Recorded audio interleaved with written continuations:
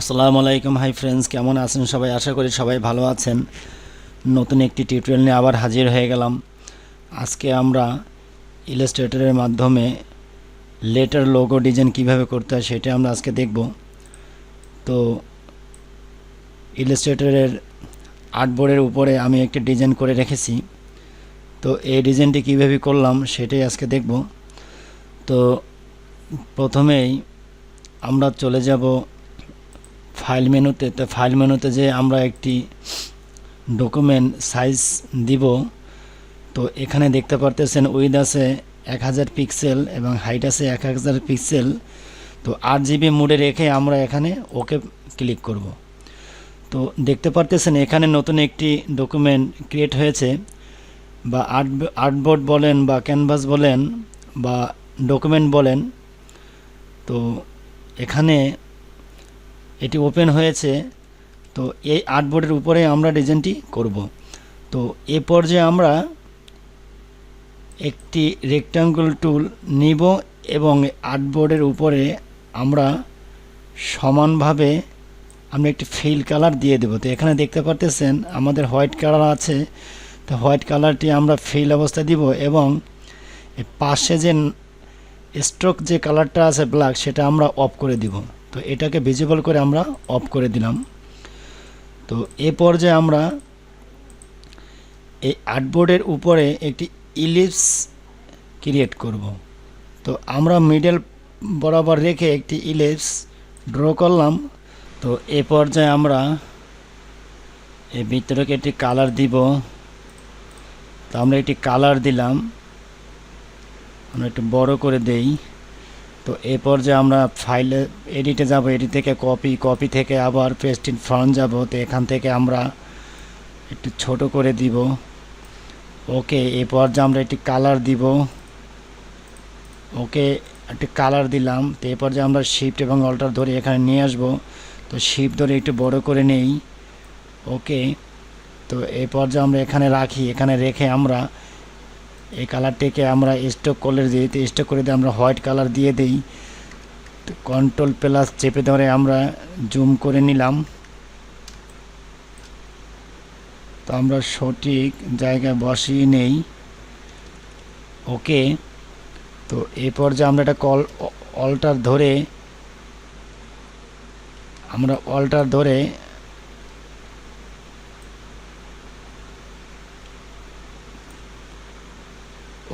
ধরে আমরা কপি করে নিলাম।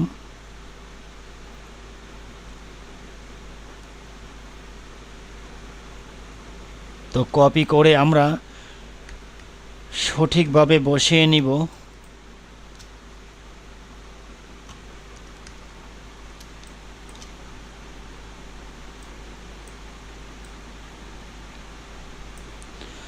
ওকে, তো এই পর্যায়ে আমরা এখানে যে কয়টি ডিজাইন করেছি সব কয়টাকে এভাবে ধরবো। ধরার পরে এখানে পাথফাইন্ডার আছে, পাথফাইন্ডার থেকে আমরা ডিভাইড করে দিব। তো আমরা ডিভাইড করে দিলাম। এ পর্যায়ে আমরা মাউসের রাইট বাটন ক্লিক করে আমরা আনগ্রুপ করব। তো আনগ্রুপ করার পরে আমরা এভাবে ডিলিট করে দিব। পাশের গুলোকে আমরা এভাবে ডিলিট করে দিব।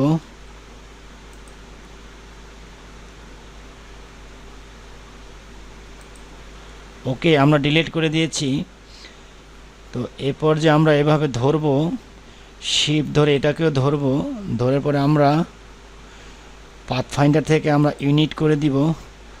তো এ পর্যায়ে আমরা এটাকে ধরব এবং শিফট ধরে এটাকেও ধরব। ধরার পরে আমরা ইউনিট করে দিব। তো এ পর্যায়ে এটাকে আমরা একটি কালার দিব, একটি কালার দিলাম। তো এখন আমরা মিডল বরাবর যে বৃত্তটা আছে এটাকে আমরা ডিলিট করে দিব। এখন আমরা একটি রেক্ট্যাঙ্গল টুল নিব। তো রেক্ট্যাঙ্গল টুল নিয়ে এভাবে আমরা সিলেক্ট করব।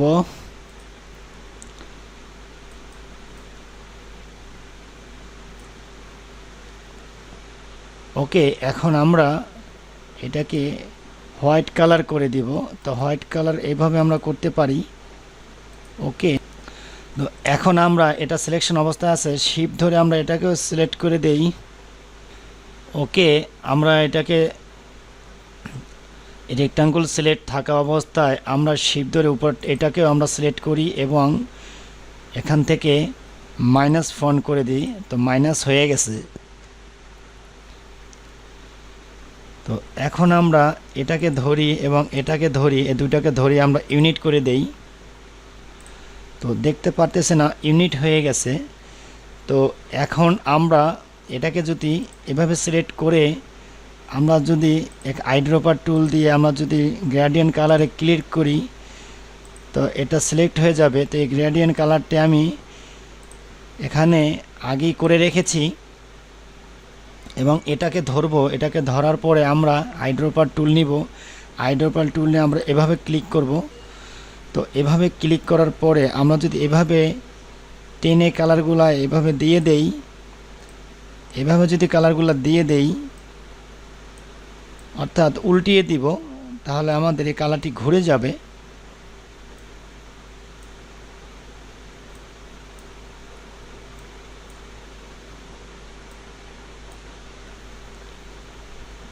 ওকে বস। তো আমরা একটু মাইনাস করে জুম।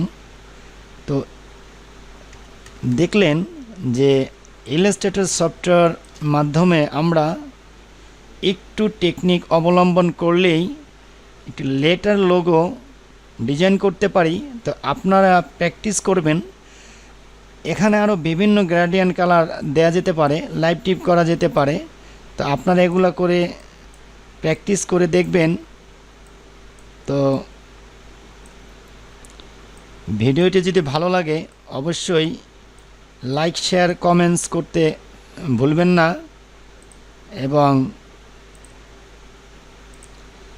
সাবস্ক্রাইব করে সাথেই থাকবেন। তো ভিডিওটি দেখার জন্য ধন্যবাদ।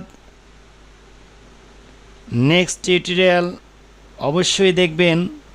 তো সে পর্যন্ত ভালো থাকুন, সুস্থ থাকুন। Thank you so much.